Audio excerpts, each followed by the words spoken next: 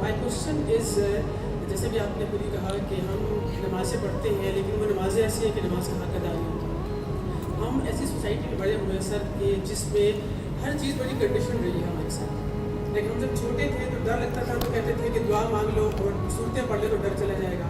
پھر بڑے ہو گئے تو اچھے مارکس کے لیے نماز کے دعا کر لو. تو تعلق جو ہمارا اللہ تعالیٰ کے ساتھ ہے وہ بڑا کنڈیشن سا ہے. لائک جو چیز مجھے چاہیے ہوتی ہے تو کہتے ہیں ہر چیز اللہ سے مانگو.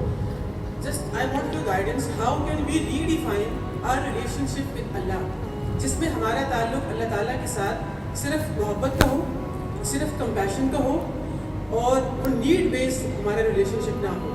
آئی just want to guide us. جی ہماری پوری ینگسٹرس کے ساتھ یہی پرابلم چل رہا ہے. Just want to redefine our relationship with Allah. جی جی شکریہ آپ کے سوال کا.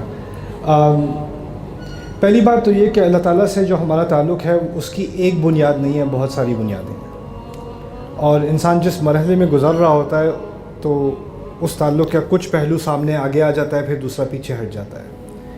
میرے نزدیک آپ جو بات کہہ رہی ہیں کہ ایک اس طرح سے ٹرانزیکشن قسم کا تعلق بن جاتا ہے اللہ تعالیٰ سے کہ جب مشکل ہو تو بس اب تھوڑا قرآن پڑھ لو, یا یہ ہو تو یہ دعا کر لو, یہ مسئلہ ہو تو یہ دعا کر لو.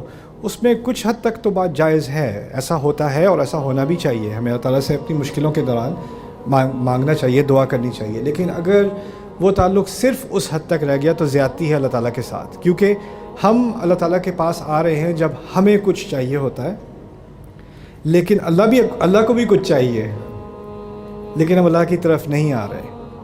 تو دعا کی جو آیت ہے قرآن میں, اجیب دعوت الداعی اذا دعان فلیستجیبوا لی, بہت خوبصورت الفاظ ہیں. جو بھی دعا کرتا ہے میں اس کی دعا کا جواب فوراً دیتا ہوں جب کہ وہ دعا کر رہا ہوتا ہے. اور اس کی وجہ سے اللہ تعالیٰ خود کہتے ہیں اس کی وجہ سے اب انہیں چاہیے کہ وہ میری بات کے جواب دینے کی بھی کوشش کریں, میری بات کا بھی وہ جواب دیں. یعنی آپ کا تو مطالبہ ہے, اللہ تعالیٰ کا بھی مطالبہ ہے. لیکن خوبصورت بات یہ ہے کہ اللہ تعالیٰ نے یہ نہیں کہا کہ آپ میرے مطالبے کا جواب دیں, کہا میری بات کے مطالبے کا جواب دینے کی کوشش تو کرو, قدم تو لو, فلیستجیبوا لی, اور مجھ پر ایمان رکھو, لعلہم یرشدون, تاکہ وہ سیدھے ہو جائیں. تو میرے نزدیک اگر ہم قرآن کا پڑھنا اور سمجھنا عام کر دیں تو وہ جو ریلیشن شپ جس بنیاد پہ اللہ سے تعلق ہونا چاہیے وہ اللہ خود ہی ڈیفائن کر دے گا اپنے کلام میں, اپنے الفاظ میں. اور اس سے زیادہ پاکیزہ ریلیشن شپ انسان کے لیے ہو نہیں سکتا اللہ تعالیٰ کے ساتھ.